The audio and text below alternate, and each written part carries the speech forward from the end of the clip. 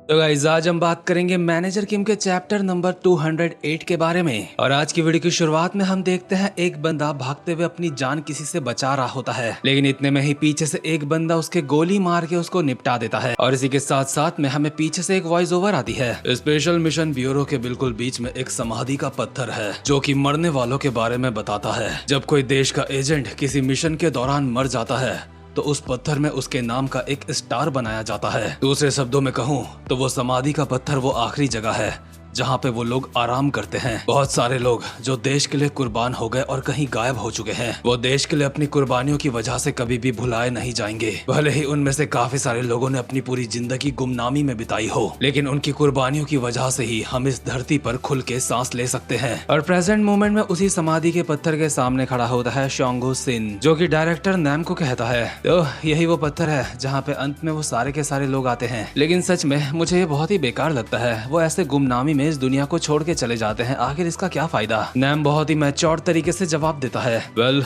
हर किसी की अपनी अपनी कहानी होती है। ब्लैक एजेंट्स का जो परिवार है, अगर उनकी पहचान के बारे में किसी को पता चल जाता है तो उनके लिए बहुत बड़ी दिक्कत हो सकती है। लेकिन यार फिर भी वो लोग देश के लिए इतना करते हैं, कम से कम उनके लिए कुछ बड़ा तो होना चाहिए उनके मरने के बाद। और यहाँ पे ब्लैक एजेंट से मेरा मतलब शायद यही होगा जो लोग गुमनामी में अपनी पूरी जिंदगी बिता देते हैं देश के लिए। और मैनेजर किम ने भी बहुत लंबे समय तक अपने देश के लिए करा है। इतने में ही इन दोनों के पीछे से 17 वेनस ग्रुप का एक बंदा आता है। इसे हमने मैनेजर किम मानवा के शुरुआती कुछ चैप्टर्स में भी देखा था, शायद आपको याद होगा। ये इनके पीछे से आके कहता है, इस बात का कोई फायदा नहीं है, क्योंकि हम जो कुछ भी करते हैं अपने देशवासियों के लिए करते हैं, उनकी जान बचाने के लिए, उनकी रक्षा करने के लिए करते हैं। हम देश की रक्षा इसलिए नहीं करते कि कहीं पे हमारा नाम लिखा जाए। मतलब जो समाधि वाला पत्थर है वहाँ पे सीक्रेट एजेंट्स के नाम तक नहीं लिखे जाते उन्हें श्रद्धांजलि देने के लिए, वहाँ पे उनके नाम का सिर्फ एक स्टार बना दिया जाता है, इसलिए ये ऐसी बात कर रहा है। 17 वेनस वाला बंदा कहता है, तुम मैनेजर नैम और शोंगो सिन हो एरिस से, मैंने सही कहा ना? डायरेक्टर तुम्हारा अंदर इंतजार कर रहे हैं। और आपको बता दूं ये जितने भी लोग हैं ये सारे के सारे भी सीक्रेट एजेंट्स ही हैं। अगर ये मरेंगे तो इनका भी सिर्फ एक स्टार ही बनेगा समाधि के पत्थर में, इनका भी कहीं नाम नहीं आएगा। तो खैर अभी शोंगो और मैनेजर नैम मिलने जाते हैं स्पेशल ब्यूरो के डायरेक्टर से।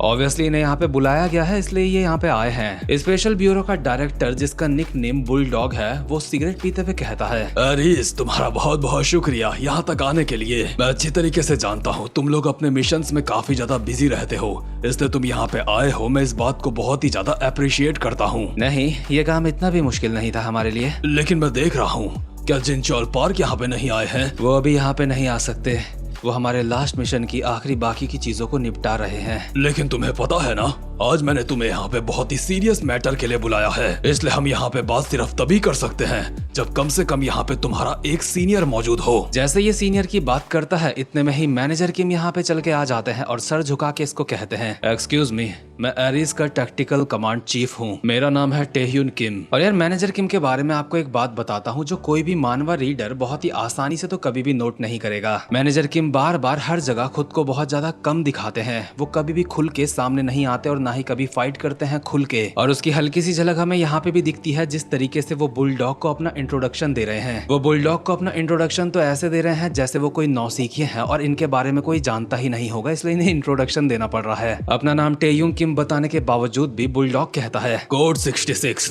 तुम्हें आने में देर हो चुकी है। माफ करना, मुझे कोरिया में आए हुए कुछ समय हो चुका है, लेकिन मैं जरा कुछ चीज चेक कर रहा था, इसलिए मुझे यहाँ पे आने में देर हो गई। दूसरा बंदा कहता है, वो दरअसल आज हम यहाँ पे बात करने वाले हैं। मैनेजर किम इसकी बात को काटते हुए कहते हैं, मैंने इसके बारे में थोड़ा थोड़ा सुना है, मुझे पता चला कि साउथ कोरिया के जो ब्लैक एजेंट्स हैं उनकी आइडेंटिटीज रिवील हो गई हैं। इसके बाद सीन शिफ्ट होता है और हम उस एजेंट का सीन देखते हैं जिसको गोली पड़ी थी। गोली मारने वाला बंदा उसको कहता है, जुयुक ली, उम्र 47 साल, जन्म हुआ साउथ कोरिया चोंगजू में। तो तू हमारी कंट्री में जासूसी करने की सोच रहा था? ये किसी को कॉल मिला के कहता है, दिस इज न्यू जनरेशन, जुयुक ली को निपटा दिया गया है। तो ठीक है, क्योंकि बाकी की जानकारी भी कंफर्म हो चुकी है, तो अब बचे हुए लोगों को निपटाने का भी वक्त आ चुका है। वो हरामजादे जासूस मेरे हाथ से नहीं बचेंगे। और अब आसान शब्दों में आपको बताता हूँ कि ये जो बंदा है ये मैनेजर किम के लोगों को मार रहा है क्योंकि उनकी आइडेंटिटी रिवील हो चुकी है, या फिर ऐसा कहना सही रहेगा कि स्पेशल ब्यूरो के लोगों को मार रहा है, क्योंकि स्पेशल ब्यूरो के जो जासूस हैं वो अब इतने सीक्रेट नहीं रहे कि उनके दुश्मनों को उनकी जानकारी ना हो, उनकी पहचान ना हो। इसके बाद प्रेजेंट मूवमेंट में 17 वेनस का एक बंदा कहता है, ये बहुत ही सच में शर्मनाक है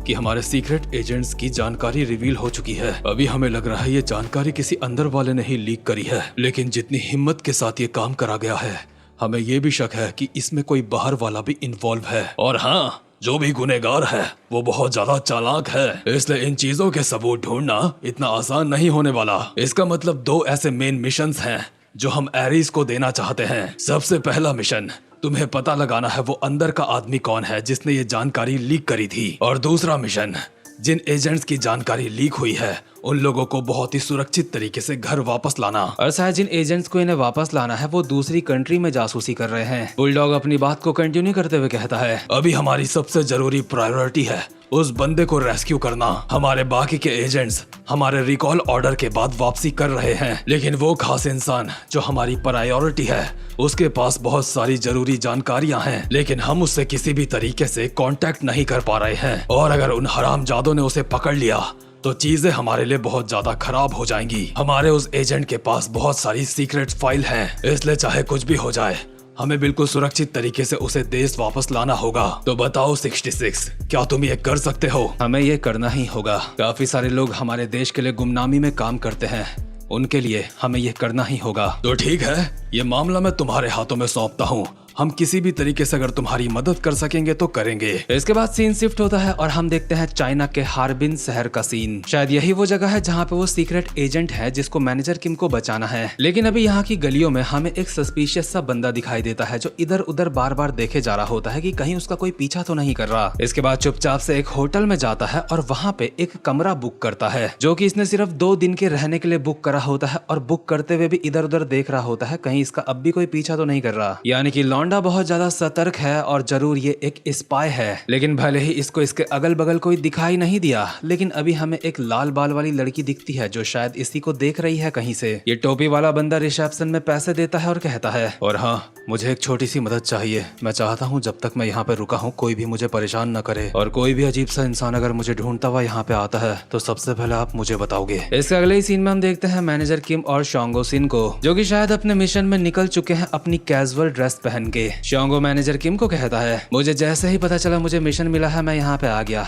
क्या आप ठीक हो? आप काफी समय से कोरिया नहीं आए थे, जरूर काफी सारे लोग होंगे जिनसे आपको मुलाकात करनी होगी उस वक्त, है ना? खासकर तब जब आपने व्हाइट टाइगर जॉब सेंटर छोड़ दिया था और उनसे एक पैसा तक नहीं लिया। सब ठीक है शोंगो, अभी हमारे लिए सबसे ज्यादा जरूरी है ये मिशन। हमारे जितने भी पर्सनल मैटर है वो बाद में आते हैं। अब मुझे दोबारा से शॉर्ट में बता एक बार कि आखिर हमारा टारगेट कौन है। इसके अगले सीन में हम उस होटल वाले बंदे को देखते हैं जो कि कमरे की इधर उधर की दीवार को खटखटा रहा होता है और अपना सीक्रेट सा लैपटॉप निकाल के अब यहाँ पे कुछ करने वाला होता है। और दूसरी तरफ शोंगो मैनेजर किम को बता रहा होता है, इस बार हमें खुद उन लोगों को ही बचाना है।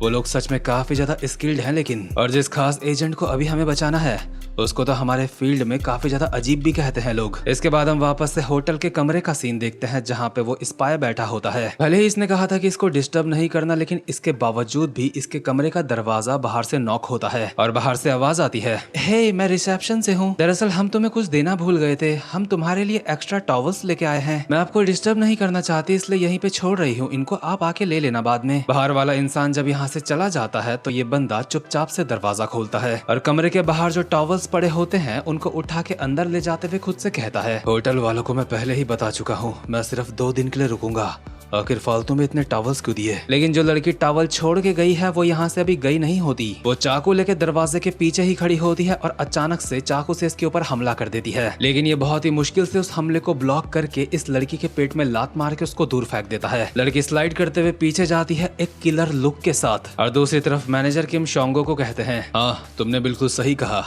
इस बार हमारा मिशन है उस सीक्रेट एजेंट को रेस्क्यू करना जिसकी इंफॉर्मेशन लीक हो चुकी है। और जितने भी एजेंट्स की इंफॉर्मेशन लीक हुई है उनमें से जो हमें असाइन हुआ है जिसे हमें बचाना है वो खुद कुरोदा यूकी की ब्लड लाइन का है। इसका मतलब हमें हमारी पुरानी एजेंट ऑक्शन जोंग की ग्रैंड डॉटर को बचाना है। दूसरी तरफ लाल बाल वाली लड़की और लौंडे के बीच में पंगे स्टार्ट हो चुके होते हैं। लड़की लौंडे के सर के ऊपर से उछल के उसके पीछे की तरफ आके उसके शरीर में काफी सारे कट मार के वहाँ से और आगे निकल लेती है। लौंडे का काम 1 सेकंड में 25 हो चुका चुका होता है और लाल बाल वाली लड़की कहती है, कितनी अजीब बात है, आज के दिन काफी सारे कस्टमर्स हैं, लेकिन चलो अच्छा है, अगर वो किसी लड़की को भेजेंगे तो किसी सुंदर लड़की को भेजना चाहिए, क्योंकि अगर कोई सुंदर लड़की आती है तो उस काम को एक्सेप्ट करने में मुझे खुशी होगी। और ऑक्शन जियोंग की पोती का नाम है हिकारू कुरोदा, जो कि बिल्कुल अपनी दादी की ही तरह है जैसे उसकी दादी थी जवानी के दिनों में, बिल्कुल खूनी। लेकिन मैनेजर किम के लिए अभी ये जानकारी बहुत ज्यादा अजीब होती है कि हिकारू कुरोदा अपने आप को एक लड़की मानती ही नहीं है और इसकी स्पेशल इन्फो में लिखा है ये एक आदमी है। लेकिन जरा तुम इसकी शक्ल देखो, आखिर ये किस एंगल से एक आदमी लगती है तुम्हें। यहाँ पे मैं आप लोगों से जानना चाहता हूँ कि LGBTQ कम्युनिटी का यहाँ पे कौन सा लेवल अनलॉक हो चुका है जो ये लड़की है या फिर लड़का है, जो भी है। और साथ में अगर कोई गलती से LGBT वाला इस वीडियो को देख रहा है तो मैं आपको बताना चाहता हूँ मैं किसी भी तरीके से आपको ऑफेंड नहीं कर रहा, क्योंकि मैं इंसान को इंसान के नजरिए से देखता हूँ, जाति धर्म ग्रुप्स इन सारी चीजों में बंट के नहीं देखता। ओके गाइज, अगर एक्सप्लेनेशन अच्छी लगी हो तो वीडियो को लाइक जरूर से कर देना। अब मैं मिलूंगा आपसे अपनी नेक्स्ट वीडियो में, तब तक के लिए गुड बाय।